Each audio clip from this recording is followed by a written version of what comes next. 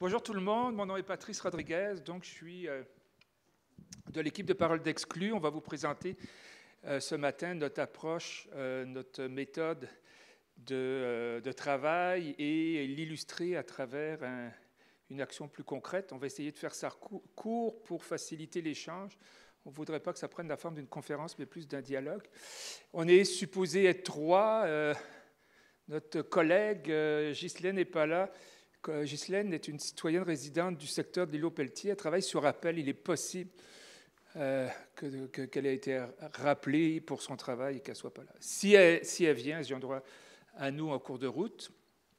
Mais ça aurait été bien qu'elle soit là parce qu'on est trois à présenter pour une raison très importante pour nous qui est ce qu'on appelle le croisement des savoirs. Isabelle, elle va se présenter tantôt, va vous l'expliquer un peu plus, mais le croisement des savoirs est au cœur aussi de notre intervention. Alors, Parole d'Exclus, en quelques mots, on est, comme le nom l'indique, une organisation qui travaille autour de deux grands axes, l'exclusion sociale, la pauvreté et la prise de parole. La prise de parole étant le déclencheur et le premier élément pour identifier non seulement les réalités, les problématiques, mais surtout les solutions et les actions possibles. D'entrée de jeu, je dois dire les mots comme consultation qu'on a entendu depuis ce matin, de co-design, etc., sont des termes en général très, très, très à la mode. Ils sont parfois creux et vides de sens. On va s'attarder. Nous, je ne dis pas que ce qui a été dit ce matin était le cas, il ne faut pas faire de parallèle, mais ça arrive, c'est tellement à la mode. Donc, nous, on va s'attarder et Isabelle va particulièrement parler, non pas de consultation, mais de mobilisation citoyenne et ce que ça veut dire pour nous. Et si Ghislaine est là, elle pourra vous dire comment elle le vit. Donc, Parole d'Exclus, on intervient sur 3 territoires, à Montréal-Nord, sur Pelletier, le secteur qui est grosso modo P9 et Henri Bourassa, en gros, là, dans ce coin-là. Le secteur ici, tout près, qu'on appelle le Nord-Est, et également dans le secteur sud-est de Mercier-Hochelaga-Maisonneuve, dans le secteur qu'on appelle l'ancienne Biscuiterie Viau, donc grosso modo Ontario et Viau, pardon. Donc voilà, en quelques mots, je vais tout de suite laisser Isabelle vous parler, vous présenter. Isabelle Eck, qui est chercheure en milieu communautaire. On a un privilège extraordinaire à Parole d'Exclus, c'est qu'on a une chercheure qu'on a sortie de l'université, qui est avec nous ici, sur le terrain, 5 jours semaine, ce qui évidemment change énormément la perspective de travail. Et Isabelle, donc, va vous présenter notre approche. Et puis par la suite, je reviendrai pour commenter un peu plus de quelle façon concrète on l'applique autour d'un projet majeur sur lequel on travaille depuis 2008, qui est un système alimentaire qu'on travaille avec la communauté. Alors voilà, je laisse Isabelle vous présenter. Merci beaucoup, Patrice. Bonjour à tous. Alors, donc, quelques mots sur l'organisation. Donc, Parole d'Exclus est un organisme à but non lucratif qui lutte contre la pauvreté et l'exclusion sociale à travers la mobilisation citoyenne. Nous avons quelques concepts de base sur lesquels notre démarche se fonde. Donc, on a une approche de proximité. Donc, tous nos locaux à Parole d'Exclus sont situés dans les milieux de vie même des citoyens avec qui on vise travailler. Patrice a déjà mentionné que la prise de parole est au cœur de toutes nos démarches. C'est vraiment les citoyens qui décident sur quoi on travaille. C'est eux qui décident, qui définissent les besoins et ils nous accompagnent, ils participent activement à toutes les étapes de nos démarches. À Parole d'Exclus, le croisement des savoirs et la co-construction entre citoyens, intervenants et chercheurs est aussi absolument fondamental. C'est pourquoi on est 3 personnes, en principe, à présenter aujourd'hui. Moi, la chercheure qui représente le monde de la recherche, le savoir académique, Patrice qui représente le savoir d'intervention, et Ghislaine qui va peut-être encore se joindre à nous, qui représente le savoir d'expérience des citoyens. toute notre démarche est basée aussi sur l'action collective. Donc, on travaille toujours, vous allez le voir dans l'exemple qu'on va vous donner, avec des groupes. Donc, ce n'est pas une démarche centrée sur les individus. Et on vise la transformation sociale. Donc, on n'est pas un organisme qui donne des services, mais on essaie de transformer la situation des personnes en les impliquant dans les démarches et en essayant de nous attaquer le plus possible à la racine des problèmes.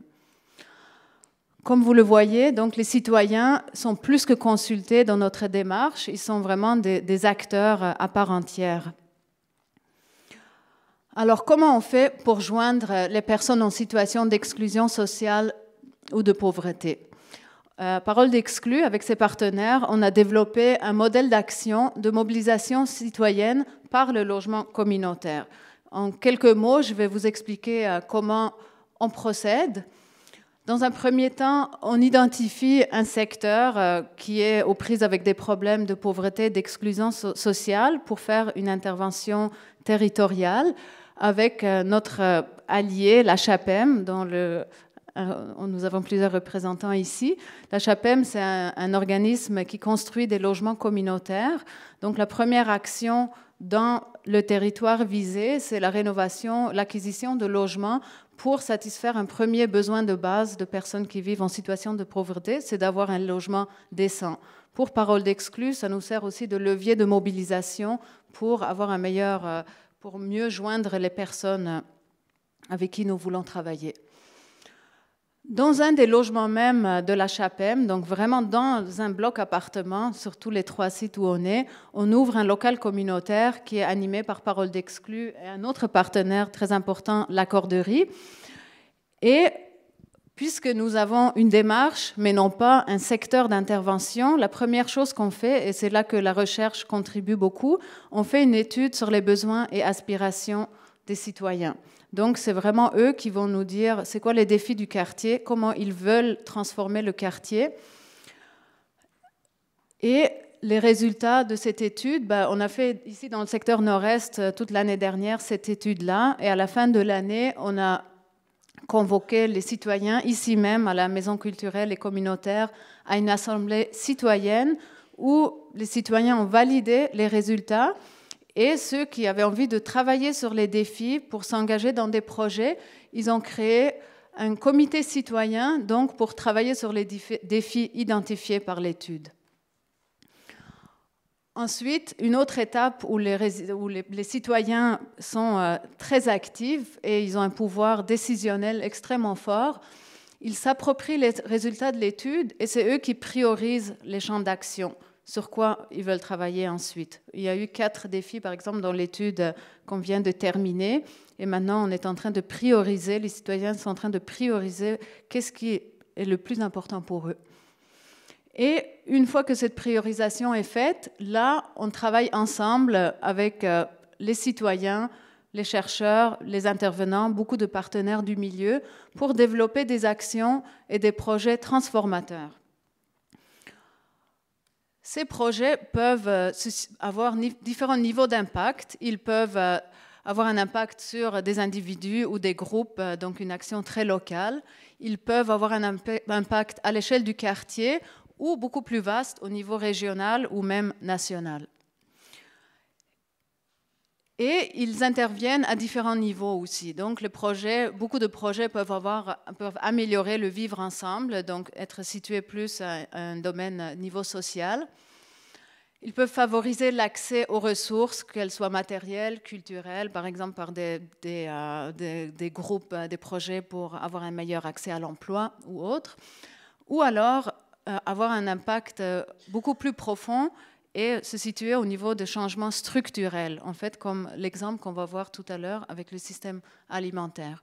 Donc, tous ces types de transformations contribuent au développement du pouvoir d'agir et des compétences des citoyens. Donc, ça, c'est vraiment une compétence transversale, un effet transversal que ça a. On ne travaille pas seul. J'ai mentionné déjà plusieurs partenaires. Dans ce modèle d'action que j'ai présenté très brièvement, nous sommes 6 acteurs. Il y a Parole d'Exclus, il Il y a la CHAPEM qui construit des logements communautaires. Il y a l'Accorderie qui est un réseau d'échange de services, un système économique qui renforce la solidarité. On a l'incubateur universitaire qui accompagne toutes les démarches citoyennes à travers la recherche. Le comité citoyen qui varie d'un quartier à l'autre et un comité promoteur qui est un groupe d'acteurs du milieu, surtout des organismes communautaires, qui nous soutiennent dans notre mission et qui travaillent avec nous au développement de projets. Donc, ce qu'il faut retenir de toute cette démarche-là, de tout ce modèle-là, c'est que les citoyens participent activement à toutes les étapes de la démarche, à partir de l'identification des besoins, par la priorisation des champs d'action jusqu'au développement et la mise en œuvre des projets. Et pour illustrer ça de façon plus concrète, Patrice va vous parler du développement d'un système alimentaire pour tous. Je vais me tourner parce que je ne sais pas ce qu'il y a. Oui. Je vais vous tourner le dos pour voir parce que... Bien. Donc, l'accès à l'alimentation pour tous, c'est... un thème parmi les thèmes identifiés par la population. C'est un thème qui a pris énormément d'ampleur à partir du moment où, en 2008, il a été nommé dans nos locaux de Pelletier et qui est loin d'être terminé. Mais à partir de la problématique, on est aujourd'hui à parler d'un système alimentaire pour tous. Je vais y revenir. Le processus, je pense que c'est des intervenants ce matin. C'est Mme la mairesse de Lac-Mégantic qui parlait de l'importance du processus. C'est fondamental. Et quand on parle d'un processus comme celui-là, il faut le temps. C'est une dimension qui est rarement ou pas toujours bien prise en compte. S'asseoir entre professionnels, entre experts, puis définir un projet, c'est pas compliqué. C'est vraiment, vraiment pas compliqué. Faire un processus d'appropriation collective avec les citoyens, c'est complexe. C'est long. Mais c'est la voie que nous, on a choisie. Donc, en 2009, suite à l'étude sur les besoins et aspirations, je vais faire ça rapidement, ce problème-là d'accès à l'alimentation est sorti de façon évidente et criante. Et ça nous a amené à faire une première étude sur ce qu'on a appelé une étude d'opportunité à ce moment-là. Rapidement, 3 projets ont été identifiés par les citoyens. On en a retenu un comme plus à portée de la main. C'est devenu le groupe d'achat regroupement d'achat, donc, qui est porté depuis maintenant 5 ans et développé par l'Accorderie. En 2 mots, l'Accorderie, système d'échange de services basé sur le savoir et la réciprocité de tout le monde, où tout le monde a une valeur et la valeur monétaire, c'est le temps. Donc, si je sais pas moi, si je répare votre vélo 1 heure, vous allez me payer 1 heure et avec cette heure-là, on peut l'échanger contre du ménage, de la réparation d'ordinateurs, n'importe quoi. C'est une banque, ce n'est pas du troc. Et donc, c'est un système économique qui est non hiérarchisé en termes de compétences, de savoir ou d'expertise. Alors, le groupe, l'Accorderie, il y a plein, je ne rentrerai pas là-dedans, vous irez sur le site Internet, il y a une multitude de types d'échanges de services. Le groupe d'achat, donc, se crée à partir de ce moment-là, et on est interpellé en même temps par Montréal Nord en Santé qui nous propose de reprendre en main un projet sur la sécurité alimentaire financé par la Direction de la santé publique, ce qui nous amène à poursuivre et à approfondir cette démarche-là et mettre en place, avec les partenaires du milieu, un comité de suivi, ça c'est très important, comité de suivi en sécurité alimentaire qui, à l'époque, héritait d'un ancien comité avec 4 personnes. Aujourd'hui, il y a 16 partenaires dans le comité de suivi sécurité alimentaire. Donc, on a poursuivi les études. 2011, je passe rapidement. Et on en arrive toujours à se poser la question à travers les différentes expérimentations que font les citoyens, parce qu'on ne fait pas juste réfléchir. Il y a un groupe d'achat, il y a un marché public qui se fait, il y a de la cuisine, il y a toutes sortes de choses. Qu'est-ce qui est durable? Qu'est-ce qui va rester? Et finalement, on en vient à un consensus sur la création d'une coop. Donc, novembre 2014, on crée une coopérative de distribution alimentaire, coopérative de solidarité. Donc, on est d'ailleurs en ce moment en train de procéder à l'embauche de la direction qui va se concrétiser cette semaine. Et on développe donc le pré-démarrage. Mais à travers ça encore, multitude de projets, de réflexion sur les limites aussi de la coop. On va arriver à valider cette démarche-là, en plus donc de la démarche avec les citoyennes, en plus du comité de suivi. On a initié une validation par la communauté. C'est la 3e, je vous le dis, mettez-le dans votre agenda le 29 mai prochain. On va tenir les 3e rendez-vous sur l'accès à l'alimentation avec un ensemble d'acteurs de la communauté, mais aussi de plus en plus, il y a des gens qui viennent de l'extérieur, donc il y a des invités de la place pour les gens qui viennent d'autres régions. On valide nos actions et on les débat.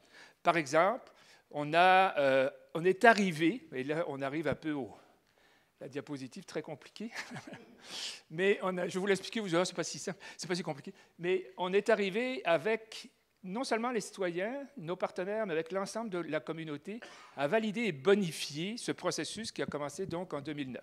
Qu'est-ce que c'est? Globalement, le grand rectangle englobe l'ensemble de la communauté, donc les 2 grandes dimensions fondamentales du projet, l'appropriation de la vie démocratique, qu'on va plus retrouver dans le bleu, et puis la dimension économique, qui est le rectangle à l'intérieur du grand rectangle, dans lequel il y a les flèches. Il y a la coop, donc coop de distribution alimentaire qui vise à rejoindre, évidemment, on est dans un projet de lutte contre la pauvreté et l'exclusion, donc ça vise à rejoindre les personnes isolées, ça vise à rejoindre également les petites organisations qui offrent des services d'hébergement et donc de l'alimentation. On peut parler de centres de femmes, de centres pour VIH-Sida, santé mentale, auberge du cœur, etc. Donc à les approvisionner, évidemment dans un contexte multiculturel, à tenir compte aussi des besoins qui ne sont souvent pas comblés pour les populations à faible revenu là, en termes de préférences culturelles. Donc la coop, c'est la cheville ouvrière, et puis c'est greffé à ça les autres projets, autres initiatives sur lesquelles on travaillait, comme l'agriculture urbaine. On a transformé, avec la CHAPEM, propriétaire d'un immeuble sur la rue Pelletier, un ancien stationnement qui était en fait devenu un lieu de criminalité, je ne décrirai pas trop les détails, mais assez intense, dans le bon sens, là, intense. Là. Et donc, on l'a transformé dans un processus qui a été long et qui a mobilisé beaucoup de partenaires dans une place citoyenne. Ça veut dire ça, arracher 15 000 pieds d'asphalte, planter des arbres. Tous les arbres ont été adoptés par les résidents du secteur. Un jardin collectif géré par les citoyens de 1500 pieds carrés, je pense, je ne dis pas de bêtises. Enfin bref, voilà. Donc, c'est ce genre d'intervention-là en agriculture urbaine. Marché de quartier, les gens nous réclament depuis longtemps un marché, mais ils ne veulent pas un marché comme ceux qu'on connaît à Jean Talon, à Toiteur ou autres, parce que les prix sont pas pour eux, peut-être pas toujours les produits. Donc, on est à définir quel type de marché pour tous aussi. Et lors du 2e rendez-vous, les gens nous ont interpellés, on disait, mais il vous manque quelque chose, il vous manque la transformation. Donc, aujourd'hui, le système alimentaire pour tous inclut production avec l'agriculture urbaine et aussi le lien avec les producteurs locaux parce qu'on veut développer des liens. On est près de Laval, on est près de la Naudière, avec les producteurs locaux. Et transformation, on est en train de travailler avec des partenaires qui ont eux-mêmes leur propre projet d'entreprise de transformation qui serait distribué par la coop. Donc, ce système alimentaire, pour nous, c'est fondamental parce qu'on a réalisé à un moment donné qu'on n'était plus dans une somme de projets. On les connaît, il y a plein de projets extraordinaires, des cuisines collectives, des groupes d'achat, etc., etc. Mais on a transformé, on a changé le paradigme. Et c'est d'où la beauté et la difficulté de la chose. Et ce que je dis toujours aux gens, c'est oui, c'est bien les petites boîtes, là, les petites couleurs, mais le plus important, c'est les flèches. Ce qui fait le système, c'est les flèches, ce n'est pas en empilant des projets qu'on fait un système, c'est en les articulant en un tout cohérent, avec une logique économique, avec une logique démocratique, une logique d'action.